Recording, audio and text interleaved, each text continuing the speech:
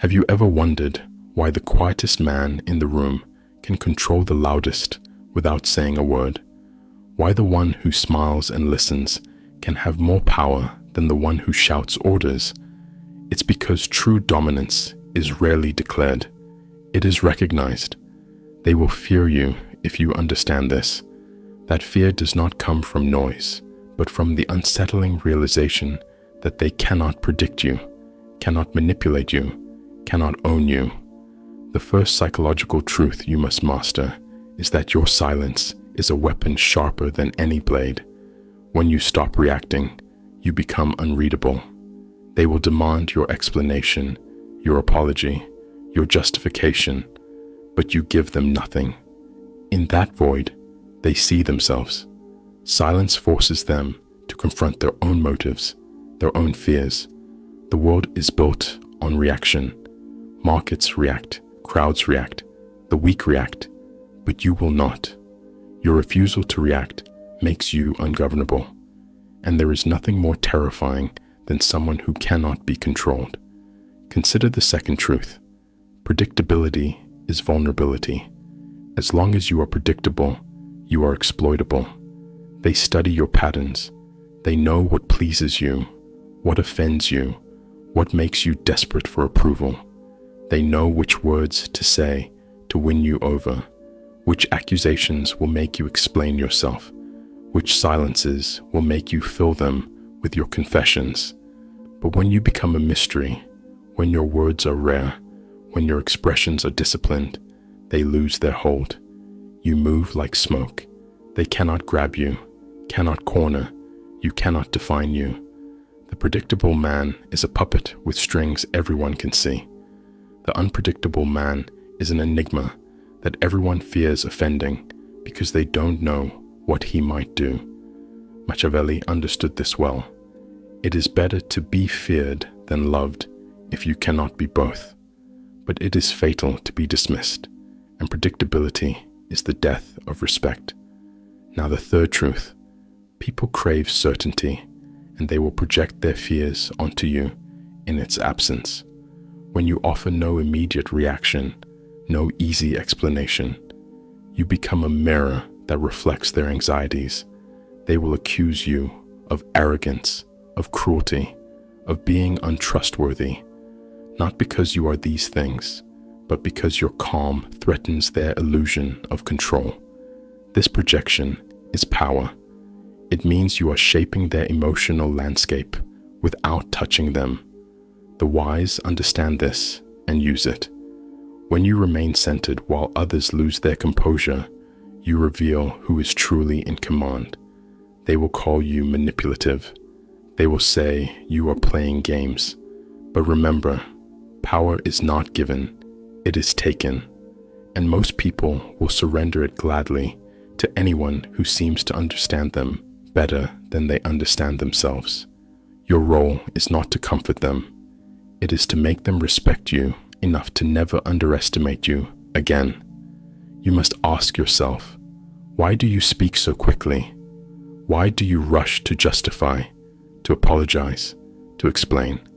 Because you fear being misunderstood. Let them misunderstand you. There is strength in opacity.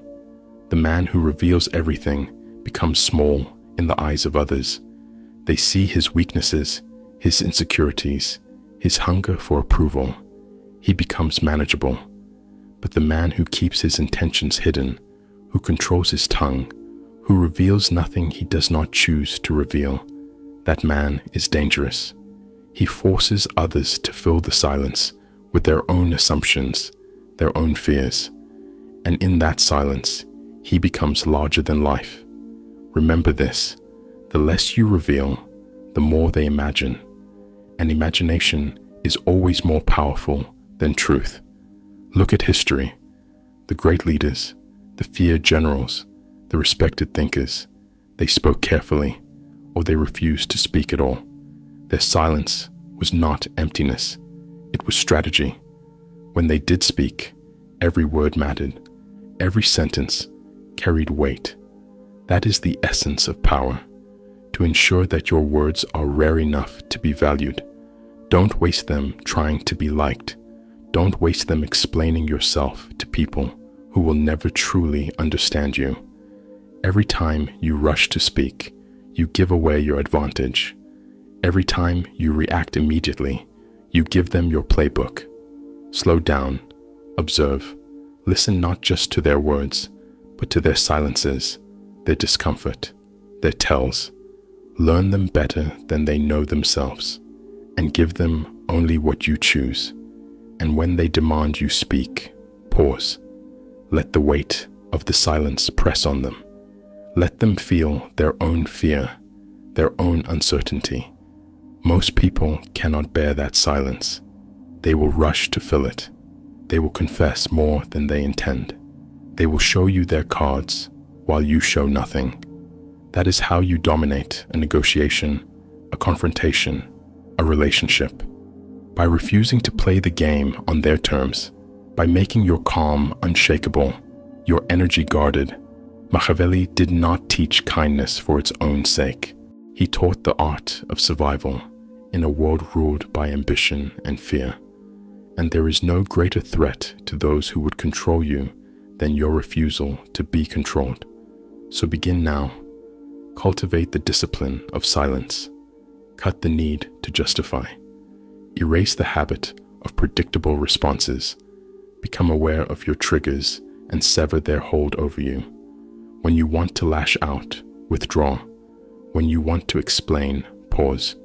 When you want to defend, observe instead. This is not cowardice. This is strategy. This is the art of making others feel your absence more than your presence. And once they know you cannot be manipulated, you will find that respect follows you like a shadow. They will not love you in the way you once thought you wanted. They will fear disappointing you, fear losing your attention, fear being excluded from your world. And that, my friend, is a far more reliable currency of power, because in the end, this is the first lesson they don't want you to learn. Silence is control. The second, unpredictability, is security. And the third projection is power. Learn these three, and you will no longer live at the mercy of other people's expectations. You will not beg for their approval. You will not chase their affection. You will sit in your own strength and watch as the world adjusts itself around you. They will call you cruel, distant, even heartless, but they will know better than to cross you. And if you want to be anything in this world other than someone else's puppet, you will learn to make your silence louder than your screams. You think you know yourself because you can describe your preferences, your dreams, your fears. But let me ask you this. Do you know what triggers you? Do you know why certain words pierce your calm and make you lash out? Why certain silences make you fill them with desperate explanations?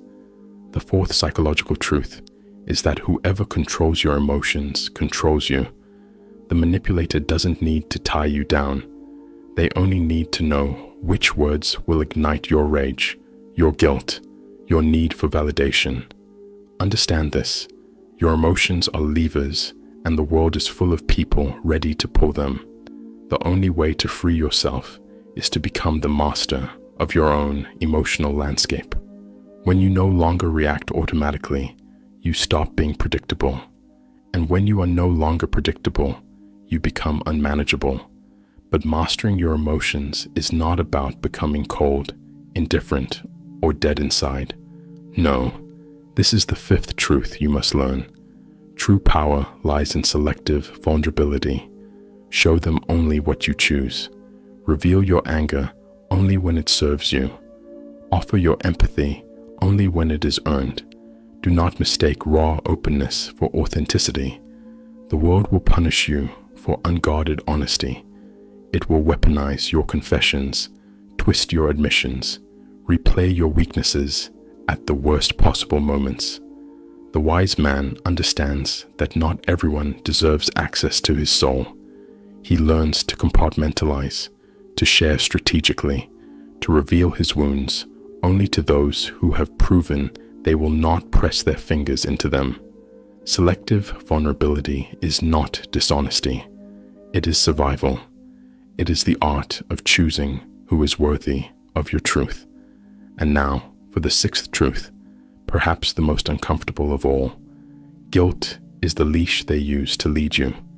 Think about how often you act from guilt. You say yes because you feel guilty saying no. You apologize when you did nothing wrong. You over-explain so they won't misunderstand. You sacrifice your own needs because you fear being labeled selfish. But understand this: guilt is a social mechanism designed to make you compliant. It has its uses, but in excess, it becomes the prison you build around yourself with your own hands. The manipulator knows this. They don't have to threaten you. They only have to sigh, to look disappointed, to suggest that you're not living up to the role they've assigned you. And you will rush to fulfill it, to silence the guilt gnawing at your insides. If you want to be free, you must learn to sit with that guilt without yielding to it. You must learn to let others be disappointed without rushing to fix it.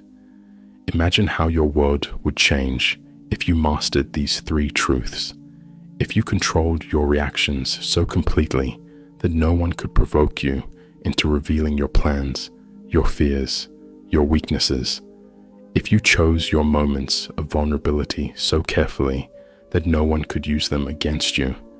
If you refused to be manipulated by guilt, holding your boundaries even when their disappointment roared in your ears, what would you become? Dangerous, unpredictable, respected.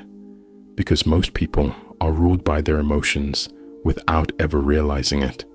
They are open books written in a language anyone can read. But you will become a cipher. And the less they can read you, the more they will fear what you might be capable of. You see, they will call you cold. They will say you've changed. They will tell you that you've lost your heart. But what you have lost is your leash. The leash they pulled every time they needed you to serve them. The leash that made you apologize for your boundaries. The leash that made you explain your choices like a child asking permission.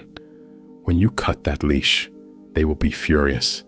They will test you, provoke you, try to guilt you back into submission. And that is the moment you must hold your ground. Because if you yield even once, they will know the leash still works. But if you sit in your silence while their accusations bounce off you, they will learn. They will learn that you are no longer theirs to manage. And what happens then? Respect. Maybe not love, maybe not approval, but respect. They will know you cannot be controlled with emotion, with guilt, with predictable vulnerability. They will think twice before trying to manipulate you. And even those who hate you will speak carefully in your presence. This is not cruelty. It is clarity. It is the refusal to be anyone's puppet. It is the demand that relationships be built on mutual respect, not on hidden transactions of emotional blackmail. Because in the end, the man who cannot say no is not kind. He is exploited. The man who cannot stay silent is not honest. He is defenseless. The man who cannot endure guilt is not moral. He is obedient. And there is no virtue in obedience to the undeserving. So remember these truths. Whoever controls your emotions controls you. Selective vulnerability is your shield. Guilt is the leash they will use to lead you. Learn to cut that leash. Learn to guard your emotions. Learn to choose who is worthy of your truth. And you will stop being the predictable, pliable, endlessly available version of yourself they thought they owned. You will become something else entirely, something they cannot understand, cannot predict, cannot control. And that is when they will begin to respect you. Because power, real power, begins the moment you stop giving yourself away. Do you know why some people always seem to get what they want without ever asking directly? Why their needs are met before they even voice them? It's because they have mastered the seventh psychological truth. People obey what they do not want to confront. They avoid conflict. They avoid discomfort. They avoid the tension of saying no. And so they say yes. Understand this deeply. The human mind craves ease. The manipulator creates an atmosphere where refusal feels harder than compliance. They will never demand outright. They will imply. They will suggest. They will make you feel that denying them would be rude, cruel, heartless, and you wanting to avoid that discomfort will give in. This is not your kindness at work. It is your aversion to conflict. If you wish to be free, you must learn to sit in that discomfort, to let your no hang in the air without softening it, to let others feel their disappointment without rushing to relieve it. The eighth truth is that weakness is advertised in apologies that were never asked for. Watch how people preemptively apologize for existing, for taking up space, for asserting even the mildest boundary. I'm sorry, but I can't today. I'm sorry, but I don't agree. Apologies that undermine the very boundary they are trying to establish. The manipulator senses this instantly. They know you are primed to fold. They know you feel guilty even before you've denied them anything. And so they push, they press, they escalate, because your apology has told them everything they need to know about you, that you don't believe you have the right to say no. Understand this. Apology is a tool for repair, not permission. Do not wield it like a white flag before the battle has even begun. Reserve it for your mistakes, not for your boundaries. Let your no be clean. Let it be unadorned. Let it be final. And the ninth truth is the most insidious of all. They will praise you to own you. Flattery is the leash they disguise as affection.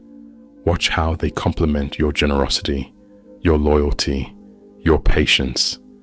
Not because they admire it, but because they want you to keep providing it. The manipulator's praise is not about you.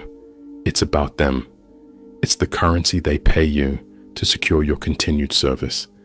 And most people are so starved for validation that they will sell their freedom for it. They will double their efforts to be seen as good, kind, helpful. They will work themselves to exhaustion for the approval of someone who has no intention of reciprocating their effort. Recognize this trap. Let praise pass through you, like wind through an open door. Thank them if you must, but do not let it define you. Do not let it steer you. Accept it without dependency, because the moment you need it, you are theirs. You see, most people don't want to admit these truths.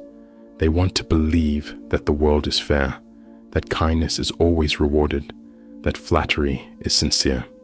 In conclusion, now that you've seen the truth laid bare, the psychological tactics, the emotional warfare, the silent power that few ever master, it's time to decide who you want to be in this world. Do you want to remain the one who reacts, who explains, who apologizes for simply existing? Or will you become unreadable, unshakable, and untouchable? Every truth we've explored here isn't just theory, it's a weapon. Silence is your armor. Unpredictability is your shield. Emotional control is your sword. When you stop handing people the manual to manipulate you, you become something entirely different. Someone they cannot own, someone they fear offending, someone they respect. And in a world obsessed with being liked, that kind of power is rare. Understand, this is not about becoming cruel. It's about becoming sovereign.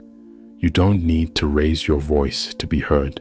You don't need to explain yourself to be understood. You don't need to be liked to be respected. All you need is discipline. The discipline to pause, to listen, to withhold, to choose when and where you show your hand. This is not about hiding who you are. It's about making others earn the privilege of seeing it. So here's what I want you to do next. Look inwards. Ask yourself, where have I been predictable? Where have I traded power for comfort? Where has guilt silenced me? And more importantly, where can I begin to reclaim that power today? Drop a comment below and tell me, which of these psychological truths hit you the hardest? Was it the power of silence, the trap of guilt, the manipulation behind flattery? Let's build a community of people who refuse to be puppets, people who think deeper, observe sharper, and walk in strength others can't define.